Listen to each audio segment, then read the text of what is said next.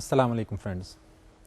I'm Takdees Siddiqui with Computer Graphics for Bachelor's in Computer Science course being offered by Virtual University, Government of Pakistan.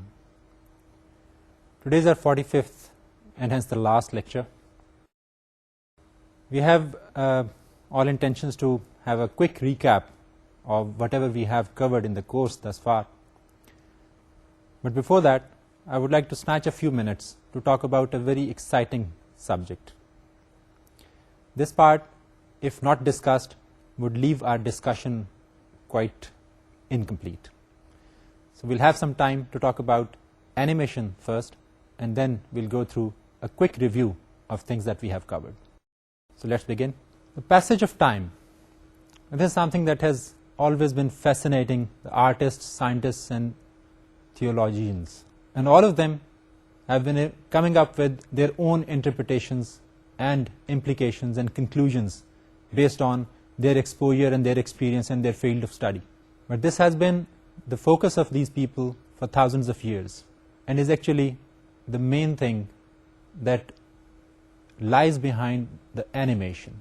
There is a general agreement that exists about one aspect of time, and that is that we are all conditioned by it, and that there is a time space into which we have to fit.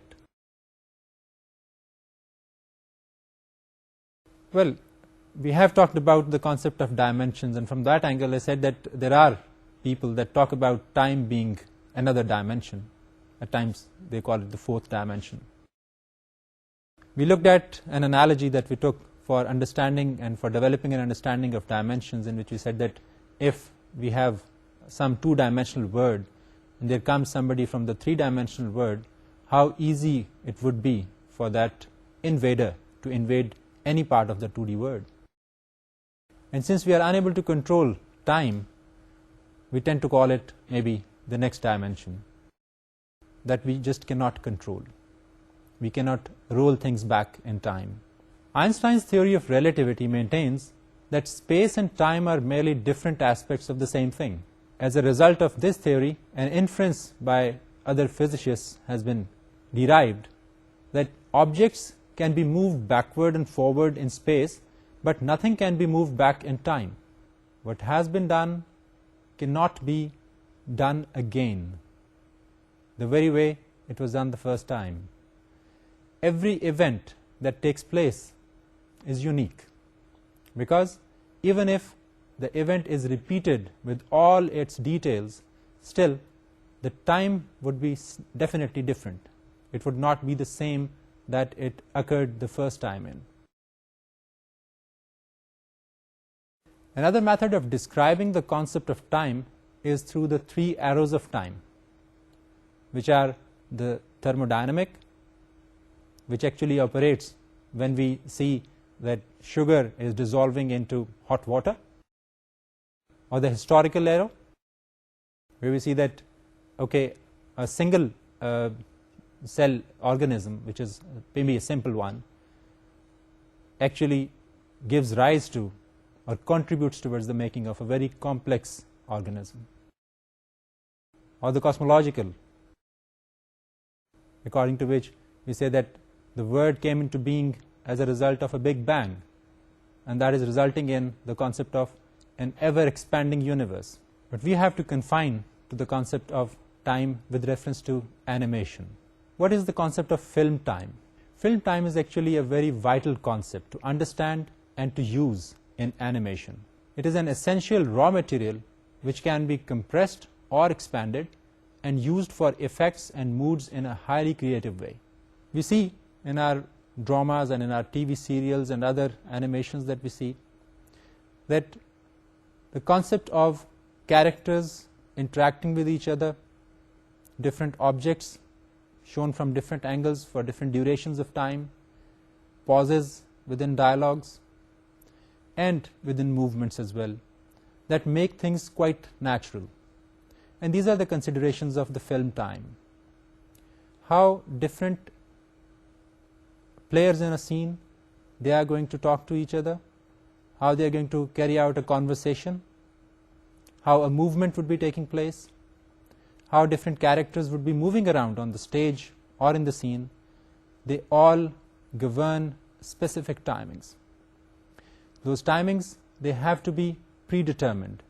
We have to come up with a articulately put elaborated plan that tells how different objects are going to be placed, how different characters are going to move, and how scenes are going to change. All this has to do with the time. How time can be applied to animation? Well, that's the question. Actually, the animator can creatively manipulate time. An action that must be timed prior to carrying out the actual physical work on a film. It is so important for the making of the animation and the animated films and movies that without it, we simply cannot start. Having come up with the theme, with the story, we have to work out this timing plan in quite a detail. Without that, we'll definitely not be able to come up with something that could cut the looks of an impressive animation or a natural looking animation. How the audience will react is another important aspect to consider. The time sense is just as important as is the color sense and skill of the drawing or craftsmanship in the filmmaking. Whenever we are coming up with animations, we do consider the color and the composition and all those things and the lighting. But time is very important because pauses can make a scene look unnatural or may, in other requirements case, make it look very natural. So we have to work out how different objects are going to be moving or shown to be moving in the scene, and what would be the duration of showing each object or each character, and what would be the duration of focusing or closing up on a specific character or object. What we have to keep in mind is that all these things, as are being viewed by us or imagined by us and then being created in the form of an animation, they would be shown to the public, to the people, and how the audience is going to react to that. Shall they be finding it appealing? Shall they be finding it really touching or not?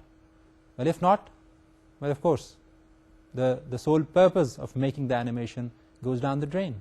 A performance on stage and on the screen requires a basic understanding of how timing works.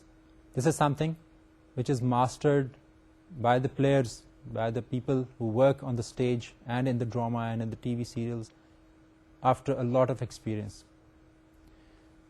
They get to know where a specific pause would make their gesture look pretty natural, where their dialogues should be delivered in such a manner that they are received by the audience in the very perspective that they are required to. Of course, we are not concentrating on that part. We would be taking care of the hand-drawn animations, and we'll be considering the concept of timing and all the related issues from hand-drawn animations perspective only. But in order to make a better understanding of timing, we'll take example from the timing of TV series, because this is something that we are most frequently exposed to. To start with, animation is expensive. It takes a lot of money, a lot of effort, and a lot of time to come up with animation. TV series use pretty simple and minimum animation, which is termed as at times limited animation as well. We'll take a look at limited animation in greater detail pretty shortly. But let's understand that the plots are carried along by means of dialogue in case of typical TV series, and animation is used least, if at all. There is also a concept of pre-recorded blocks of dialogue that are used there, and in the presence of such dialogues, we've got to have our animation or our visual part of the scene go along with that. It has to cope with that requirement. If we have pretty longish dialogues and they have to be in the same scene, the scene has to be crafted in such a manner that it should incorporate that pre-recorded dialogue. But nevertheless, there is room to play with things, and that room is well enjoyed by the directors. The director has the room to maneuver the sections. we can play with time. We can calculate the available time by subtracting the dialogue time from the total time of the film. And that time that we get as the available time to be distributed as pauses throughout the film, that can be split and distributed throughout the film the way it is found natural and normal. Now let's take a look at limited animation. Typically 24 frames per second are required in order to have the impact of movement and motion on the screen.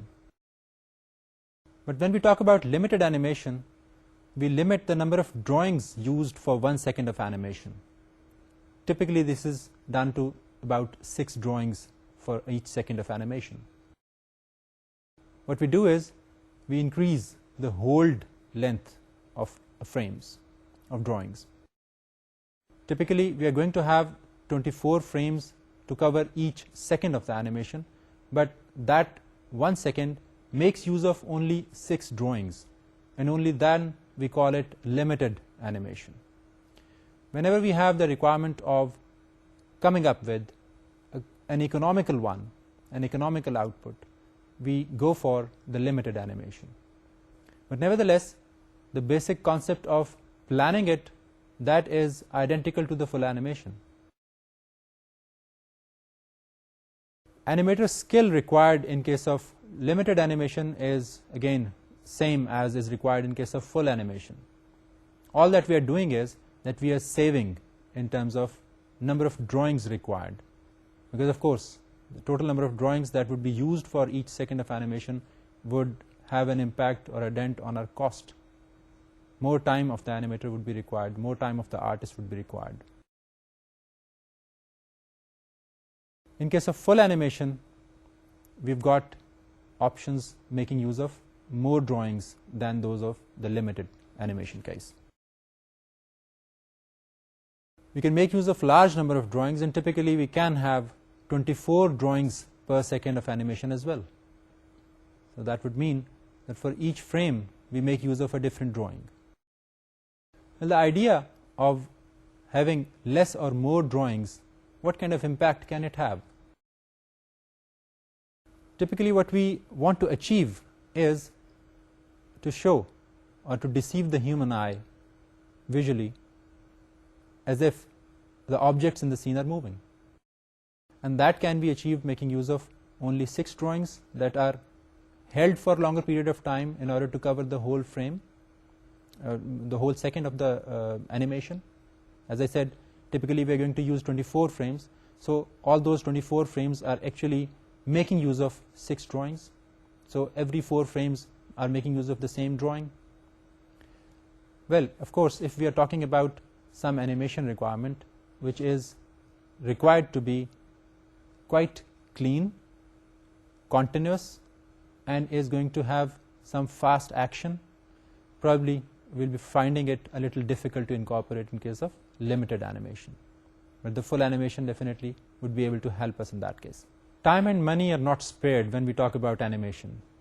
And if we are going to talk about full animation, we'll be requiring both these things in abundance. As a rule, only TV commercial and feature-length animated films, they can afford to make use of luxury of using animation. In case of commercials, we have to keep in mind that since there are quite abrupt scene changes, so a lot of more work is required to be done as the pre-work, the one that is required to calculate the timing of each scene.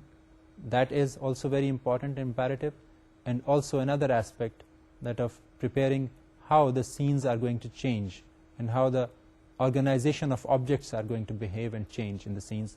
That would also require more time, as we'll see shortly as well. Animation is expensive and is time consuming, that we have already established.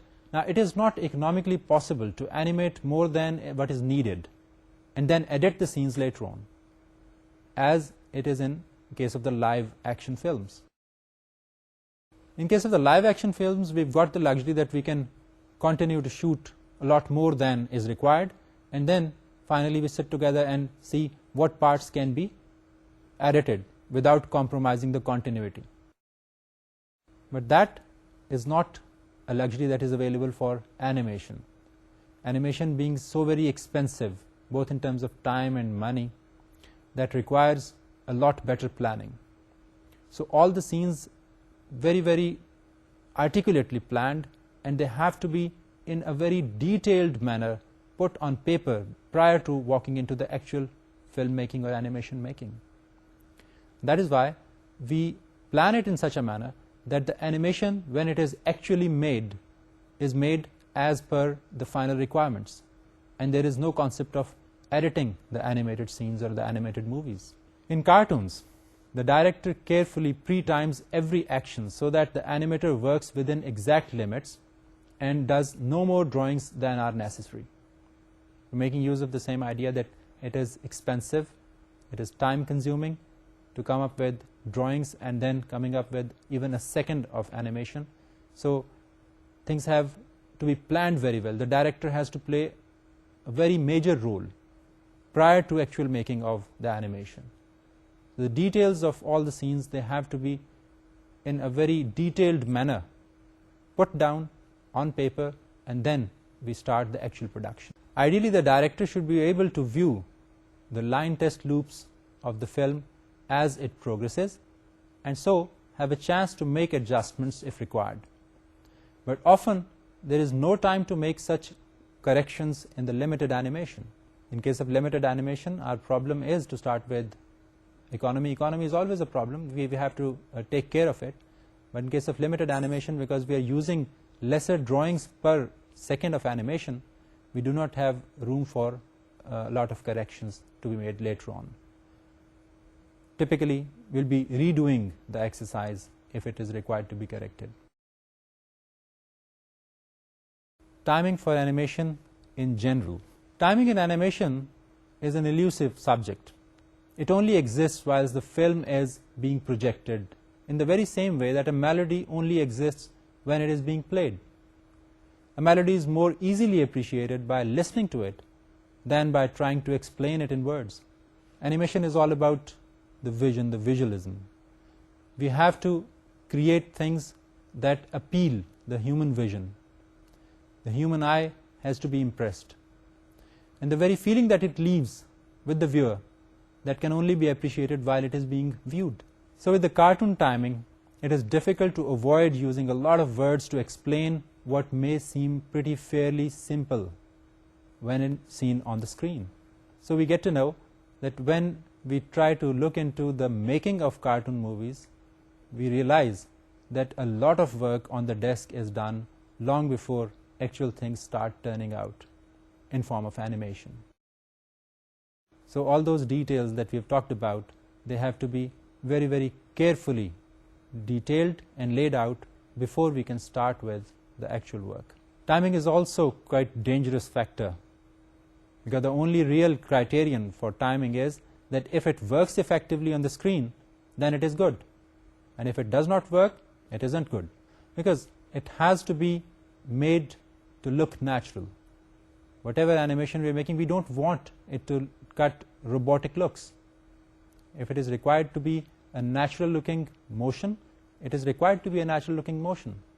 If we have a lot more details than are naturally required in the scene, then definitely it is going to look not natural, and not natural is not going to be impressive, and then of course it would fail to achieve what it was designed to do.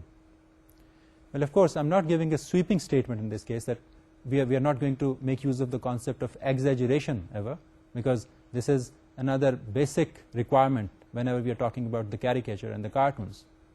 Of course, that would be there, but that would then walk in as the basic requirement.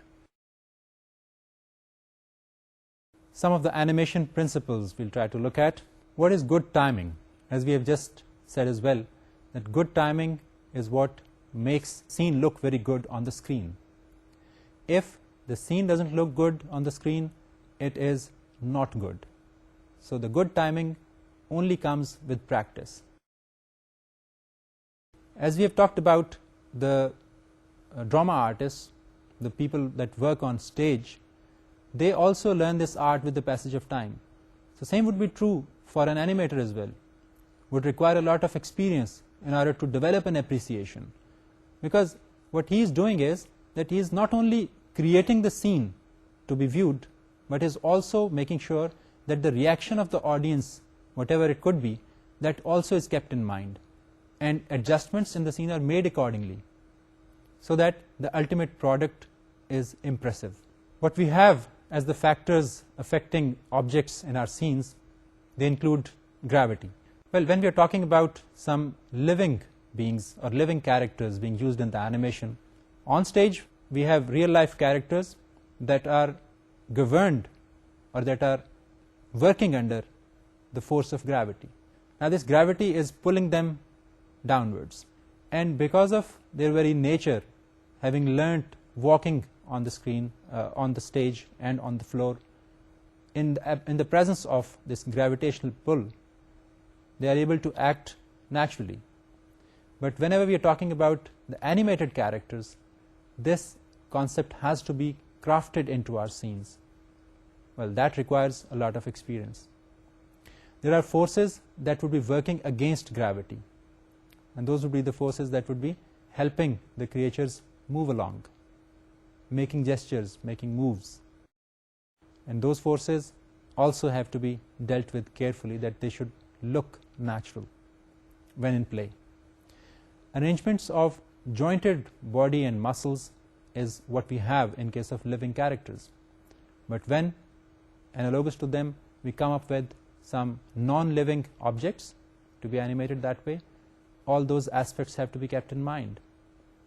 That when we have a character just falling off some moving object, what would be the body movement? So the way it happens in nature, that will have to be very closely observed. Even when in case of cartoons we need to exaggerate that motion, even then we will be requiring quite close observation of the way things happen in nature. And then again, the concept of the psychological reason or the motivation for an action, that is also pretty important consideration. When a person is just threatening somebody or with a revolver, a different gesture. When somebody is making a gesture to call somebody closer, a different gesture. A conversation definitely is going to have a different motion and different mood. All those things have to be very closely observed in real life and then made use of in case of animating. Storyboard.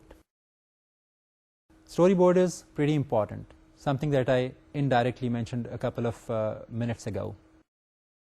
We have to come up with a detailed plan of how things are going to be put together in order to come up with the final form, the animation that we are going to use as the final product.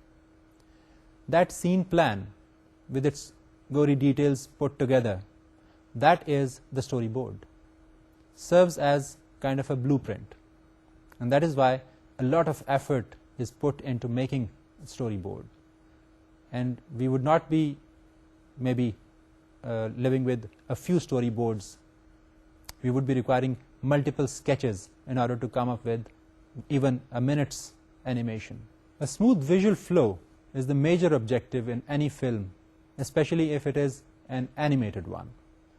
Good continuity depends upon coordinating the action of the character, choreography, scene changes, and the camera movements. And all these aspects have to be kept in mind by the animator. The storyboard should serve as a blueprint for any film project. No production should proceed until a satisfactory storyboard is achieved. Creative and technical issues, they must be addressed in advance before walking into the actual production. The very way we know making of requirement specifications and functional specifications, and then coming up with the elaborated use cases, and then coming up with the graphical user interfaces before walking into the actual development of code. That kind of thing applies over here as well. We've got to plan it out. We've got to chalk out the plan in an elaborated fashion before we can start the actual work, which would be resulting in the generated animation that can be used. A rough guideline is that approximately 100 storyboard sketches for each minute of film would be required. But if we are talking about some technically complex films, for instance commercials, where there are abrupt scene changes and abrupt moves of the characters, then the total number of sketches required can even be doubled. The basic unit of time in animation. Let's develop an understanding. The basis of timing in animation is the fixed projection speed of 24 frames per second that we've already mentioned for specifically films. On television and video, this becomes about 25 frames per second for PAL and about 30 frames per second for NTSC. But the difference is usually imperceptible because the overall impact for the human eye is pretty much the same. If an action on the screen takes 1 second, it covers 24 frames of the film. And if it takes half a second, it naturally covers 12 frames. Now this fixed number of frames provides the basis on which all actions are planned and timed by the director. Since we are going to talk about the hand-drawn animation, the scenes are going to comprise of drawings that come from the artist. All right. So how can those timings be planned? The timings can be planned making use of the information that we've just seen. That if each second is going to make use of 24 frames, half a second would be making use of 12 frames, and quarter of a second would be making use of 6. And this can be used as the basis for determining what would be the timing of appearance of each character or timing of each movement in our scenes. And then accordingly, we decide how many drawings would be required in order to accomplish the required task in the animation. What you're looking at is a sample, a sheet which is used for calculating and predetermining the timing for different scenes. We can mark the total number of seconds, and then we can have the concept of frames in each second. For single frame animation, a second of action needs 24 drawings. And if the same action is animated on double frames, then only 12 drawings are necessary. The speed of the action would be the same in both cases, because actually what we want to achieve at the end of the day is deceiving the human eye with those multiple frames run per second to create the image of motion. And that can be achieved making use of fewer drawings per second as well. Well, of course, we have already talked about what issues are faced whenever we have limited versus the full animation. The unit of time within which an animator works is therefore 1/24th of a second or 1/25th of a second or 1/30th of a second. And an important part of the skill which the animator has to learn is what this specific timing feels like on screen. With practice, the animator also learns what multiples of this unit look like the 4 frames or 8 frames or 12 frames and so on. So as I said earlier as well, that this is an art form, is learnt with experience. We not only have to come up with the technical things put right, we also have to consider the audience reaction, what the actual output would look like on the screen. And that is the major driving force, because all that we are doing is for that vision that we are going to create at the end of the day. Let's talk a little about animation and the properties of matter as well. The basic question which an animator is continually asking himself is, what will happen to this object when a force acts upon it? And the success of his animation largely depends on how well he is able to answer this question. So the question is that what we have to achieve is that the ultimate resultant, the product that we generate at the end of the day, that has to be natural looking, or that has to achieve what is desired to be achieved. So we have to keep our eyes open, and we have to make use of our daily life experiences while we are preparing the animations, because different objects under different forces behave differently. Because we can see that if a pretty heavy object is moving, it's going to have a different impact on the surroundings. And if a pretty small, tiny object is moving around, this would be having a different impact. So how matter behaves under different forces will have to be made use of in order to come up with a natural looking output. Because if we look at some lifeless objects, we will have to observe how they actually behave under the laws of motion that we know from Newton. So it's not necessary that we know the laws of motion as are provided by Newton by heart, but we also have to know how actually they govern things that are happening around us. That if we know that according to the laws, if there is some stationary object, it is not going to start moving by itself until unless a force is applied to it. And similarly, no moving object would be coming to an abrupt or sudden halt in the absence of any forces. So those things will have to be kept in mind, and those things will come into play when we are actually coming up with the animation. Objects have their own weight, their construction and degree of flexibility. Different behavior on application of different forces is observable. Now this behavior, which is a combination of position and timing, is actually the basis of animation. Animation consists of drawings which do not have any weight. There are no forces actually physically acting on them. They're actually moving patterns. They have to be made to look live. And that is where all our experience and expertise go in order to come up with an animation that looks the way it is desired to look. The timing of a scene for animation has two aspects. Number one, the timing of lifeless objects, and number two, the timing of the movement of living characters. Whenever we have scenes that have got some lifeless and some living characters in there, there is going to be a marked difference between the timings. When some force is applied to a living character, it is going to behave differently. When the same amount of force is applied to some non-living character, it is definitely going to behave differently. There are going to be requirements where we would be making use of this knowledge that we have from real life, from daily life, and exaggerating it in order to come up with the effects that we have to generate, specifically speaking in case of cartoon movies. But nevertheless, to start with, we have to observe these behaviors of the living and the non-living objects. With lifeless objects, the problems are quite straightforward dynamics. How long does a door take to slam? We need to know. How quickly does a cloud drift across the sky, depending upon the weather conditions? We need to know that, and we can animate that. With living characters, the same kind of problem occurs because a character is a piece of flesh and a structure of jointed bones which has to be moved around by the action of the forces on it. And there, the learning part that the typical living creatures would already have, that also come into play. The lifeless objects do not have the opportunity of learning, because we see that the man learns to walk in the presence of this gravitational pull, working against it and with it. These things are not learnable by those non-living objects. In addition, time must be allowed for the mental operation of the character.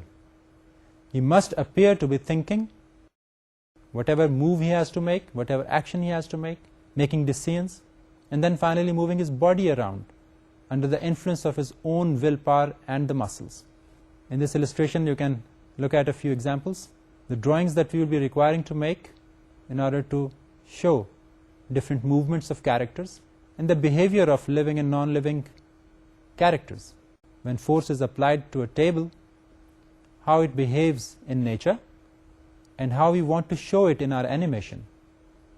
How one can kick a football, what is the motion of the leg, and how does the football behave under that force, and how we want to show it. The properties of matter, they have to be learnt well and then exploited the way we want to use them. Animation consists of sequences of weightless drawings. The success of animation on the screen depends largely on how well these drawings give the impression of reacting in an exaggerated way when weight and forces are made to act upon them. As I said earlier, in case of cartoon animations, of course, exaggeration is a very main aspect that we have to take care of. We do tend to exaggerate different actions and reactions, and that is not only true for the living objects that we show, but the non-living ones as well. But here, all those objects would be created using handmade drawings. Next, we take up some aspects of movement and caricature, a very important aspect that we need to look into before we can start talking about the cartoons. Because whenever we have the concept of movement shown, if we show it the way it happens naturally, then it is not going to have a great impact. If only we get to exaggerate that, it leaves a deeper and greater impression on the viewer. And that is all that we have to achieve. And moreover, adding humor to our objects and characters, that also most often requires exaggeration. So we have studied the behavior of different objects. हम real life में देखते हैं कि अगर किसी दरवाजे को आप हल्का सा धक्का दें तो वो किस तरह से बंद होता है, कैसी आवाज़ आती है. अगर उसे बहुत ज़ोर से आप स्लाम करते हैं तो किस तरह की आवाज़ आती है और कितनी देर लगती है उसको बंद होने में. अब इस एक्शन को अगर हम एग्जेजरेट करते हैं तो फिर हम दरवाजे को एबनॉर्मली मूव होता हुआ दिखा सकते हैं. As an aftermath of the action उसको हम उसकी शक्ल बिगाड़ के दिखा सकते हैं, उसको एग्जेजरेट कर सकते हैं इस एक्शन को. Such things play a very important role in cartoon animation specifically. Let's illustrate that with the help of a figure. For instance, in this illustration you are seeing a couple of scenes. Like an object in reality, if a ball is falling from some height to the ground, on the left top corner you can see how it would be seen. But if we are working with caricature, we are expressing it for usage in some cartoons, well, both the movements would be depicted using some different shapes. So in case of cartoon, the falling ball can be shown as an elongated one, and as it falls down we can show it flattening, and we can add certain other things which in real life probably would not be seen under normal circumstances. And similarly, in the next scene you can see a boxer, and on the right a counterpart exaggerated figure that could be used in case of a cartoons. And then a golfer hitting the golf ball, and then another exaggerated figure that can be used in case of cartoons. Next we have to talk about the relationship, a very strong relationship between the cause and effect. This is again something that we learn from our real lives. What force applied to object makes it look like what? Impact of different forces on different objects, living or non-living, that we keep observing. And these things in real life give us a lot of information about different objects as well. So at times effect can also help us reach the cause, and at times knowing the cause we can foretell what the effect would be. And of course both these things playing a very vital role in animation can also be exploited via exaggeration in case of cartoons for creation of humor. For instance, if you look at the current illustration, we can see that a rope is wrapped around something. That something can be a flexible object or it could be some pretty sturdy thing. But in case of cartoons, exaggeration, we would be coming up with even this kind of a scene for a wooden log or maybe a concrete block. We have tried to cover some of the basic aspects that relate to the animations and the making of animations. This itself is definitely a very vast subject, and if some of us are interested, they can start looking into it and they'll find that a lot of work has been done, and they can continue to explore this for a long time. This is kind of a never-ending story because there's not just some technical skill that you acquire, there's an art form as well. So you will be finding it a fascinating journey if you start looking into the details of animation. We are not going to continue talking about it any longer. We'll get back to what we said that we will be doing today, and that is a quick recap of what we have covered in the course. So let's take a look at that. You would recall that we initiated our discussion with some of the introduction of the subject and then talking about the history of computer graphics, and then we concentrated on the devices that are used, the display devices, specifically talking about the cathode ray tubes at length and certain other display devices as well, their functionality and how they are able to help make the image and display it. Then we started our discussions about some drawing primitives, which included the point or the pixel, collection of pixels making lines, and then we discussed some algorithms for generation of circles and ellipses. And later on we touched on area filling algorithms, and in that we talked about filling of polygons. We talked about some unfilled polygons and then how to fill them. While filling those polygons, we came across certain algorithms including the scanline fill, the boundary fill, and the flood fill algorithm. And you will recall that we did discuss the boundary fill and the flood fill algorithms with reference to the 4 connected and the 8 connected approach, which means that the starting point relates to 4 of its neighbors or 8 of its neighbors, for which the process of identifying the current pixel value and its surroundings is repeated. Then we discussed some of the mathematics required for computer graphics, for the understanding and implementation of computer graphics, and in that regard we talked about the concepts of matrices and the vectors, and then some matrix operations and some vector operations as well.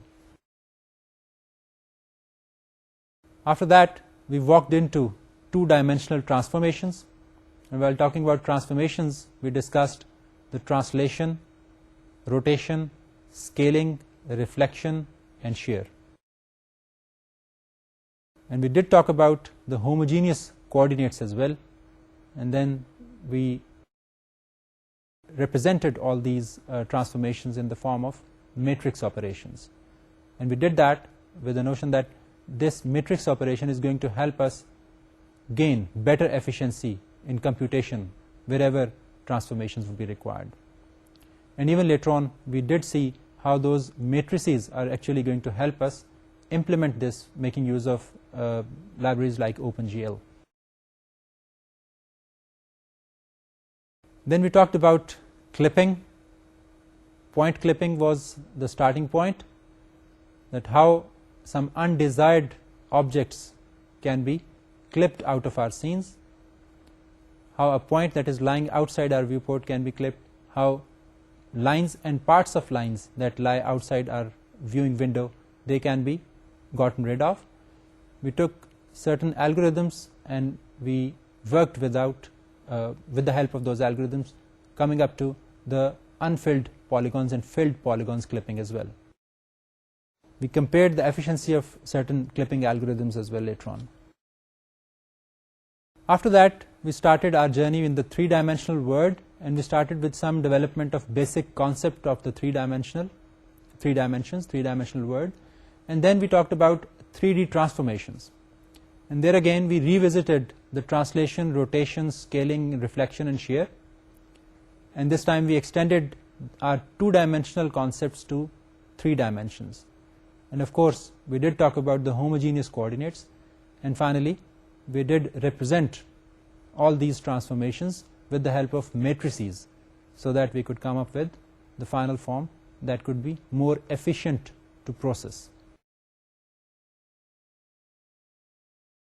Then our discussions extended to the concepts of projection, in which we discussed about the parallel projection and the perspective projection to start with, and certain other variations of these projections, and we compared how parallel projection is different from the perspective projection, and how perspective projection is able to give us a more naturalistic view as compared to the parallel projections, and how parallel projection is able to maintain certain values which are typically required in case of some CAD/CAM applications and some drawings for architecture. Later on we discussed the concepts of triangles and related them with planes, and we discussed how a triangle exists in a single plane, and then we continued the concept and we took it to the triangle rasterization. Thereafter we started our discussion about light, color, lighting and shading, different types of lights, light equation, and lighting models. We had an extensive discussion on this, and we talked about not only the basic concepts relating to light and color not only the color that comes with the light, but the color that of the objects that we are going to show using that light, and the interaction of the light and the surface colors. We talked at length about them, and we talked about different types of lights, and we talked about the lighting equation and how it is made, how multiple different components join hands together to form the final light that we use in a specific scene. And then multiple different models were also discussed that can be made use of. And then later on we did see how such models can be employed making use of OpenGL in order to implement the basic concepts. Then we talked about lighting and shading, and we talked about directional and positional lights as well. Then the components of light, the ambient, diffuse and specular that join hands together to form the final form, that was also discussed. And we did talk about the concept of backscattering as well. Then we formally introduced ourselves with the OpenGL. We studied its architecture, we looked at its advantages, and then we introduced GLUT,